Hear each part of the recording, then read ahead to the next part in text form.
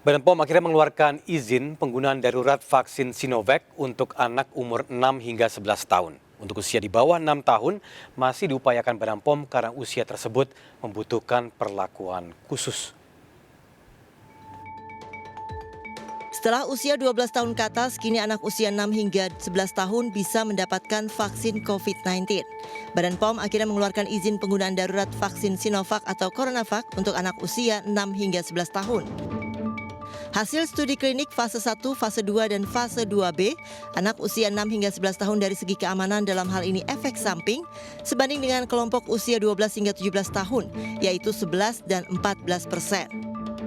Sementara berdasarkan imunogenisitasnya, vaksin Sinovac untuk anak kelompok usia 6 hingga 11 tahun cukup tinggi, mencapai 96%. Sehingga vaksin ini aman digunakan untuk anak usia 6 hingga 11 tahun.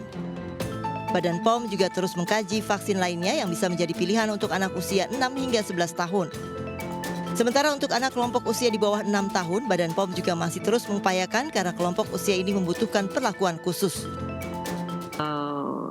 Uji klinik anak-anak ini tentunya lebih pada aspek keamanan dan aspek dari imunogenisitasnya yang tadi seperti yang sudah disampaikan ya. Jadi imunogenisitasnya menunjukkan persentase yang cukup tinggi ya, 96% itu tadi ya.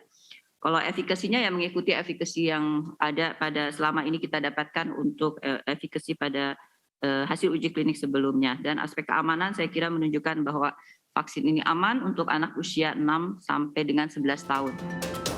Ketua Umum Pengurus Pusat Ikatan Dokter Anak Indonesia, IDAI, Dr. Piprim Basarah meminta orang tua tidak ragu membawa anaknya divaksinasi.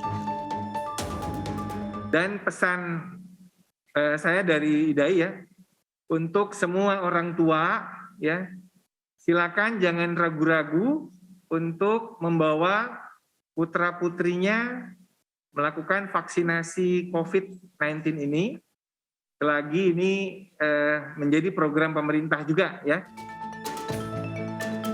Sejumlah syarat dari Badan Kesehatan Dunia WHO terkait vaksinasi anak harus segera dilakukan, salah satunya pembukaan sekolah.